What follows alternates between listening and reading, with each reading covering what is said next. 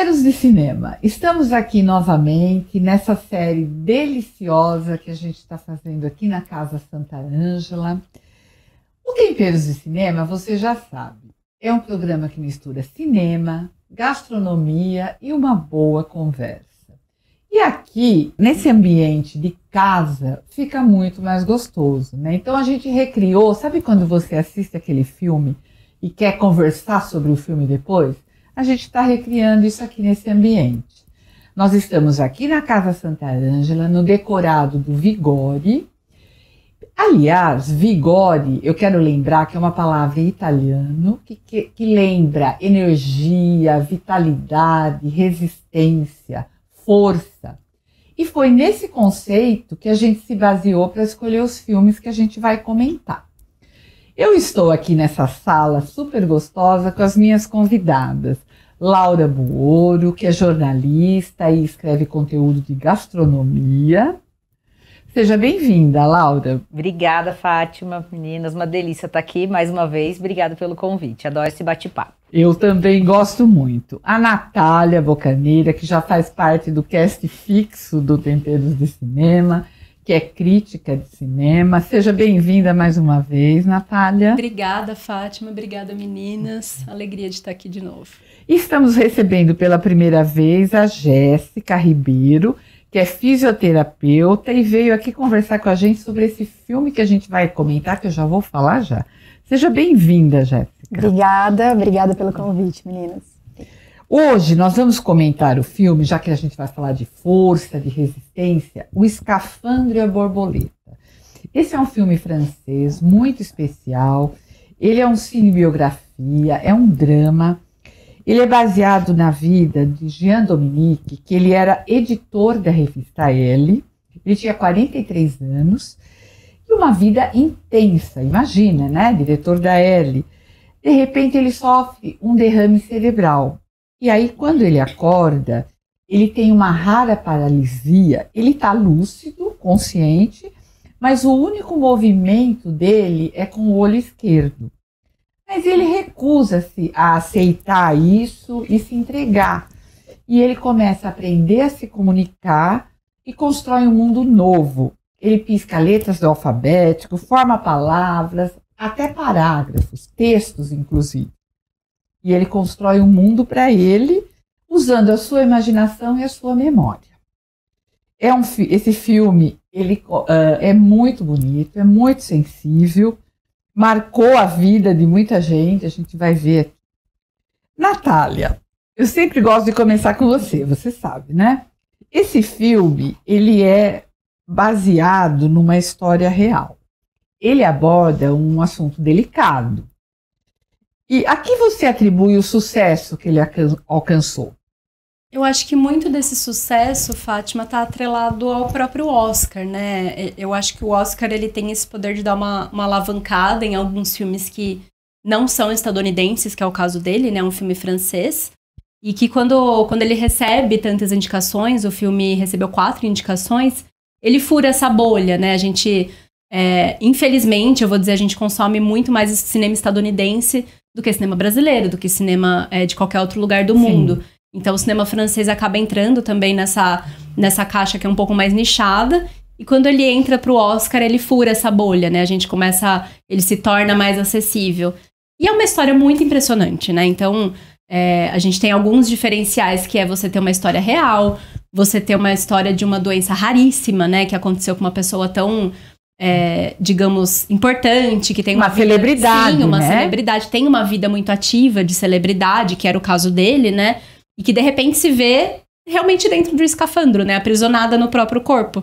Então eu acho que muito do sucesso é pela história também, por ser essa personalidade e pela própria condução, né, do diretor. Porque você trazer uma história dessa do ponto de vista do paciente, com a câmera subjetiva, né? Que é sempre, a gente tem por a maior parte do filme o olhar dele. É o olhar dele. Então isso é muito impressionante, porque é uma visão já mais fechada, né? A gente sente ele piscando, a gente enxerga com o piscar dele. Então, eu acho que é uma união de coisas aí que contribuem para esse sucesso. Laura, desculpa, Jéssica, né? Eu às vezes troco o nome, né? Você, como profissional da saúde, muitas produções, muitos filmes abordam doenças, patologias graves, né? Uhum. E como que você vê isso no cinema? Um filme trabalhar com isso, mostrar esse lado, né? Numa trama que às vezes é ficção, às vezes é real. Como você vê isso? Acho que é bem interessante, porque eu acho que é uma conscientização, acho que é uma celebração de uma conscientização de informação, mas não somente em relação à doença, mas em relação ao coping, ou seja, ferramentas de recursos internos que nós todos temos esse poder, a gente precisa acessar. E nesse filme mostra muito bem, né, essa resiliência, esse coping. Esse não se entregar, né? Exato, exatamente. Então, assim, a gente vê que ele aceita, mas sem resignação. Né? E aí enfim, eu acho muito importante essa forma de conscientização. Eu acho que é bem interessante essa linha de filmes. Laura, eu sempre gosto de ver o olhar jornalístico da Laura, principalmente quando a gente fala de temas que são reais, né? Você concorda? Você acha que isso pode trazer uma contribuição positiva para a sociedade? Mostrar esse tipo de situação no cinema? Bom, realmente vocês sabem que eu adoro filmes baseados em fatos reais. Esse filme é um dos filmes que marcou assim a minha vida. Eu assisti na faculdade, se eu não me engano, logo em 2008, um ano depois que ele foi lançado, ou mesmo em 2007.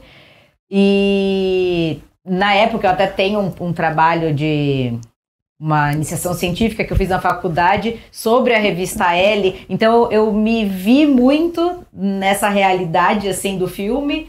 Estava no começo da faculdade, então tem, né, se almeja esse negócio dessa vida maravilhosa dele, né, de festas e muito bem sucedido e sempre muito bem quisto, e daí, de repente tudo é interrompido, né? Esse filme mexeu muito comigo, é um filme que eu adorei quando eu fiquei sabendo que a gente ia falar, porque é um filme que eu penso com frequência por essa força dele, né? E eu acho que assim, ele é um filme que ele tinha ele podia ser muito chato, porque ele é um filme extremamente parado, né? Uhum. Só que foi feito de uma tal maneira e você sente a força dele, né? Também acho muito legal mostrar toda essa revolta dele, que é óbvio que ele não queria estar nessa situação, né? Claro. Não é legal. Óbvio que não é fácil. Não, então é isso, né? Da gente conseguir tirar essa força que todos nós temos. Infelizmente, a gente só acessa numa situação extremamente ruim e difícil. Sim.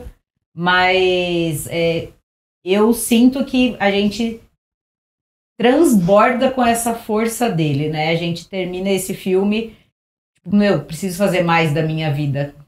Como que eu tô fazendo tão pouco com a minha condição física perfeita 100%? Esse filme é demais comigo, demais. Eu nem sei se eu consigo falar muito do lado jornalístico, porque ele realmente mexe com o meu emocional, assim. Mas dentro do que você falou, é isso, ele contribui muito, então, para a sociedade, porque se ele faz você pensar, né, ou seja, eu tô livre, eu tenho tanta coisa. E sutilmente, ou não tão sutilmente, mas até mostra, né, que enquanto ele estava super bem e saudável, ele até tinha um quê de arrogância, sim, né? Então, muitas vezes, pra gente olhar pra nossa vida, né, e falar, pera, mas o que eu tô fazendo hoje com toda a saúde que eu tenho, o poder que eu tenho do ir e vir e fazer o que eu bem entender, para onde eu tô levando isso, né? Porque na realidade a gente nunca sabe mesmo o que espera, né? Dia de amanhã, né? Exatamente. E ainda que a gente fale de uma pessoa que tem estrutura para ter o melhor atendimento médico possível, inclusive para escrever um livro piscando os olhos, que é o caso dele, né? Ele tem estrutura, ele tem pessoas trabalhando para ele. Ainda assim, se necessita de uma força de vontade gigantesca para fazer isso. Exatamente. A estrutura financeira, o que o financeiro proporciona não é tudo. Então, realmente, ele precisa de força mesmo, que é o que a gente está tratando aqui nessa série, né? E você falou uma coisa interessante sobre a direção, que mostra, trabalha muito com câmera subjetiva, que você vê o olhar dele, né? Mas o que mais te impressiona no filme? A direção ou a interpretação? Porque o Matthew também tá maravilhoso, fenomenal, né? Eu acho que um pouquinho das duas coisas, mas para mim o que se destaca mais seria a direção.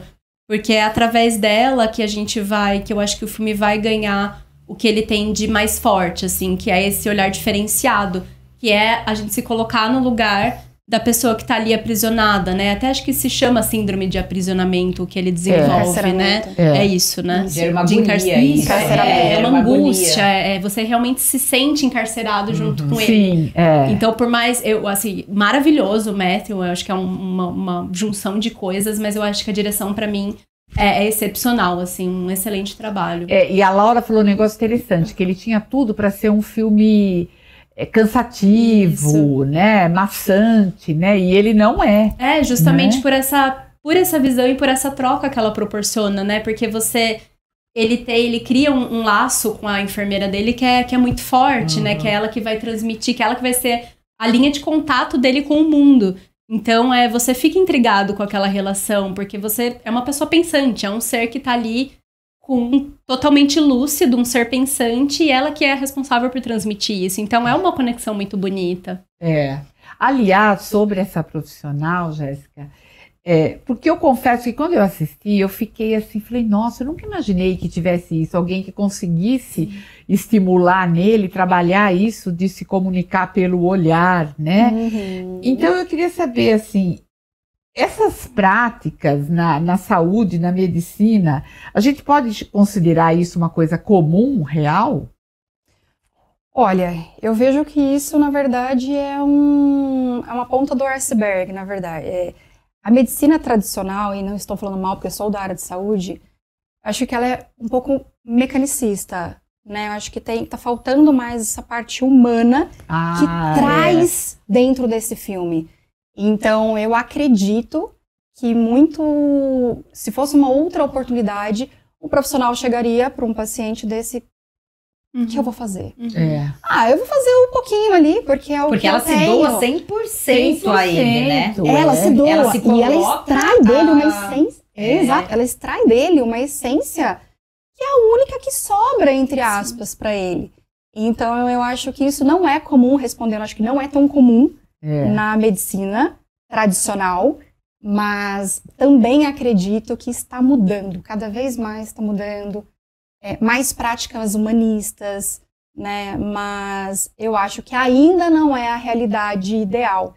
Porque você falou uma coisa importante, ele não se entrega, ele tem vontade de a luta, né? Mas ele dependia de alguém para ajudá-lo. Exato. E aí, assim, eu trago até uma outra questão que eu acho que é bem importante. Nós temos dentro do cérebro, trazendo uma visão um pouquinho da fisioterapia, né? Nós temos dentro do cérebro vários setores, várias partes. Mas eu costumo dizer que a gente tem duas partes do cérebro, que uma é aquela que quando a gente está sob um estresse, que a gente está completamente oxidado mesmo de informações, de problemas, a gente muitas vezes entra nesse cérebro que aumenta muito mais o estresse e isso diminui o nosso poder de tomada de decisão. E a gente tem um outro lado do cérebro, que quando a gente viaja, quando a gente está super de bem com a vida, a gente tem lucidez, clareza de tomada de decisões. E foi o que aconteceu com ele, né? Ele teve um momento, obviamente, provavelmente ele teve um momento de afundar. Meu Deus, o que está acontecendo comigo? Mas ele trouxe de novo essas ferramentas, esses recursos internos. Ok, estou nessa situação, mas eu tenho como mudá-la, né? E ele entrou nesse lado desse cérebro. Ok, deixa eu baixar meu nível de estresse. E aí tomou uma decisão muito assertiva, por sinal, né? Olha que interessante. Mas encontrou alguém que estava ali a serviço dele, né? Senão nada adiantaria essa força dele. Exatamente. Foi uma união aí de poderes, né? De situações bem interessantes, né? Porque ali a profissional de saúde humanizou total Sim, o paciente. E aí o que acontece nesse momento? Ela trouxe uma palavra super interessante. Ela humanizou esse processo que fez com que ele diminuísse talvez um pouco desse estresse. Ok, eu estou com alguém que quer me ajudar. Porque quando a gente está no meio social, que a gente se sente acolhido, a gente entra nesse lado do cérebro. A gente ativa esse lado do cérebro. Olha que legal. É muito interessante. Então, esse filme é lindo, é maravilhoso. Ele traz pontuações muito interessantes que eu acho que nem a primeira pergunta, né? Se é importante ter esses tipos de filmes que trazem sobre doenças muitas vezes não é só sobre a doença, mas sobre tudo que traz, é o bastidor, né? É o bastidor da doença. E esses níveis de recuperação, de resiliência. Seria muito fácil, eu acho, tratá-lo como, não vou dizer um objeto, mas ali uma pessoa que só vai demandar cuidados e especificamente. Exatamente. Aconteceu isso com ele, que sinto pena. muito. Coitado, agora a gente vai ter que cuidar dele. Exatamente. Ela soube extrair dele, eu acho que a missão que ele tinha, né? Sim. Porque depois que foi liberado, como fala, o livro? Publicado. Perdão, que foi publicado o livro, depois, acho que 10 dias depois ele morreu. É. Cumprir minha missão. Então ela foi essencial nesse processo, né? É muito lindo. É muito lindo. E ele estava o tempo todo lúcido. Então, Sim. isso é muito dolorido, né? Porque você está lúcido e não tem como se... É uma alma livre presa, né? Exatamente. Uma mente extremamente criativa. E Laura, como que você conseguiu encontrar um tempero nesse filme tão denso e reflexivo? Ai, gente, eu fui muito nessa poesia do filme mesmo. Primeiro eu já queria pensar num canapé, porque pelas festas que ele frequentava, essa coisa mais festiva mesmo, então um canapé fácil. Pensei em algo elegante que remetesse à França, mas eu também daí pensei em uma... Bom, já vou revelar o que eu pensei para vocês, porque até fiz uma transformação para facilitar para quem tá em casa, para nossa receita. Eu pensei num vol au vent de palmito, que é, na verdade, uma cestinha de massa folhada que a gente pode colocar qualquer recheio. Eu escolhi o recheio de palmito, que é um clássico francês. Pra gente facilitar, que daí acaba não sendo um vol au vent, a gente pode fazer com massinha de pastel assada em casa e você faz o recheio. Então, trazer esse canapé. E eu pensei no vol au vent justamente porque ele tem essa delicadeza francesa e a fragilidade da situação do Dominique, do Jean Dominique. Então, assim, eu acabei entrando meio de cabeça nessa poesia assim, do filme mesmo para trazer essa resiliência e essa fragilidade naquele momento, com muito sabor, com elegância. Então foi isso que eu pensei. E algo pra gente poder compartilhar, assim, Que né? delícia. Fácil. E você, lembrando que você que está acompanhando o programa, se você está acompanhando pelo rádio, pelo podcast, entra lá no YouTube para ver que delícia que é o espaço que a gente está aqui. A gente está numa sala batendo papo, né? E a receita dessa que a Laura escolheu vai estar lá, passo a passo, no blog do Temperos, no portal JJ, nas redes sociais da Santa Ângela, do Temperos e do JJ, para você poder fazer essa receita aí também, tá? E agora, já que a gente está aqui nesse espaço tão gostoso, nessa sala, com a Laura aqui com a gente vai degustar essa receita que ela está sugerindo. Olha que delícia. Vou servir para vocês. E eu também pensei muito nessa questão. Aqui a gente tem a base do canapé como uma casquinha, para a gente pensar nesse aprisionamento do corpo, né? Mais o palmito leve, mais temperado, que dessa explosão da gente pensar nessa liberdade da alma. Nossa, realmente é um filme que mexe muito comigo. A Laura arrasou, gente. Cozinha também é arte. Cozinha é arte. Também É arte. Eu falei que esse filme mexeu comigo. Realmente. Realmente. Deixa eu pegar um guardanapo. Nossa. Obrigada. Espero que vocês gostem. Com certeza.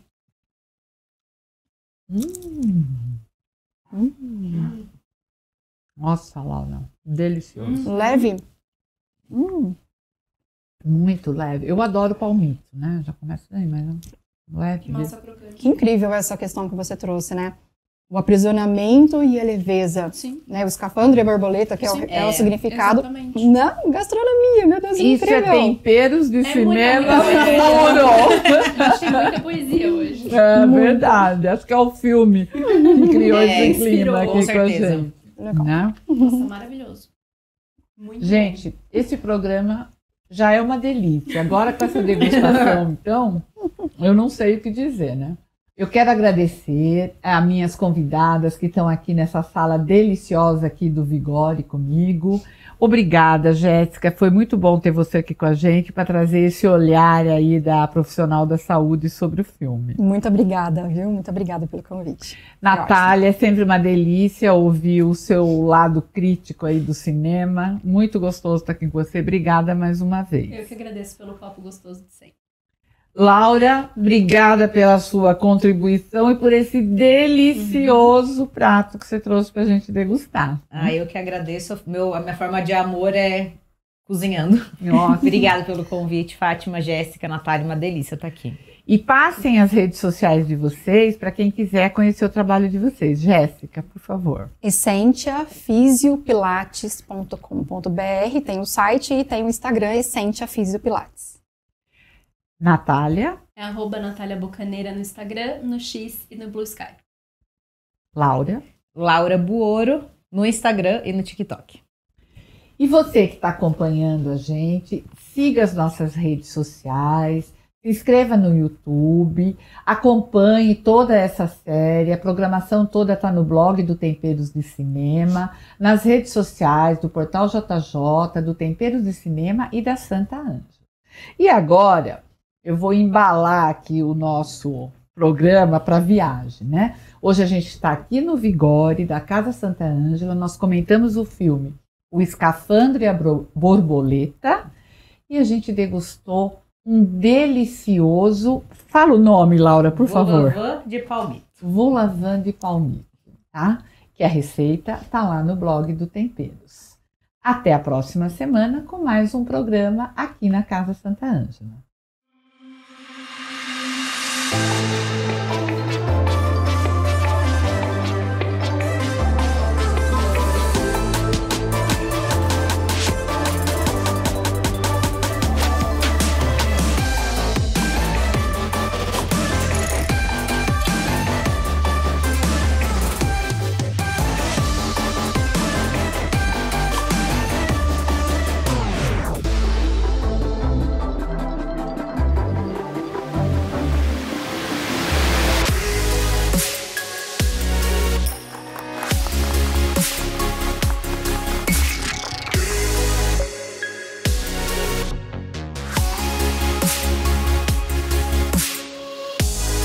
A Santa Ângela abre as portas de um novo capítulo. Nós também sonhamos com um novo lar e ele chegou.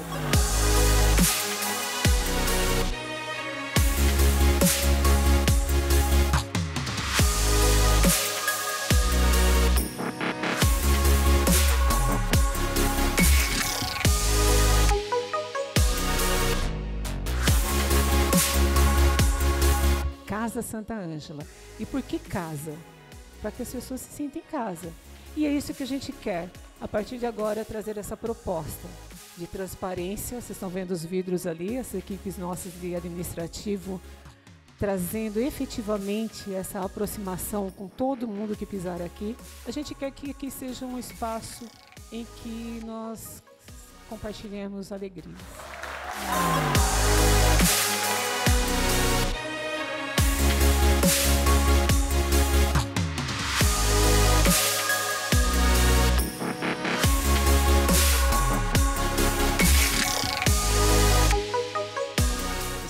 Representa um marco para a gente, né? A gente estava num espaço que era um espaço legal, um espaço que a gente tentava proporcionar ao cliente um ambiente agradável, mas era um espaço que, à medida que a gente foi crescendo, a gente foi adaptando ele, né?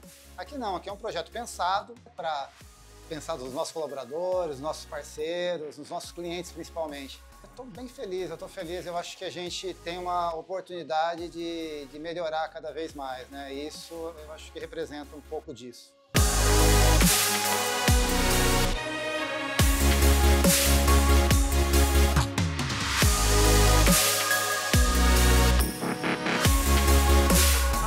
um sentimento aqui de casa nova, né? A gente merecia uma casa nova. Eu estava comentando agora com o pessoal que tem pessoas que compram e voltam para ver o decorado, traz a mãe do interior, né? Ou traz algum amigo e fala, olha, vamos lá ver o que eu comprei. ou quer uma sugestão de decoração. Então essa experiência, essa conexão, essa fluência é o que traz para a gente esse relacionamento com que as pessoas se sintam bem fazendo um negócio sério. O negócio é sério. Comprar um imóvel é um negócio sério e importante de ser pensado e programado. Mas já tem essa seriedade no negócio. Então, com isso a gente traz a leveza. E a nossa casa hoje, ela está aqui para receber de forma leve, acolhedora, com conexão, todos que quiserem vir para cá.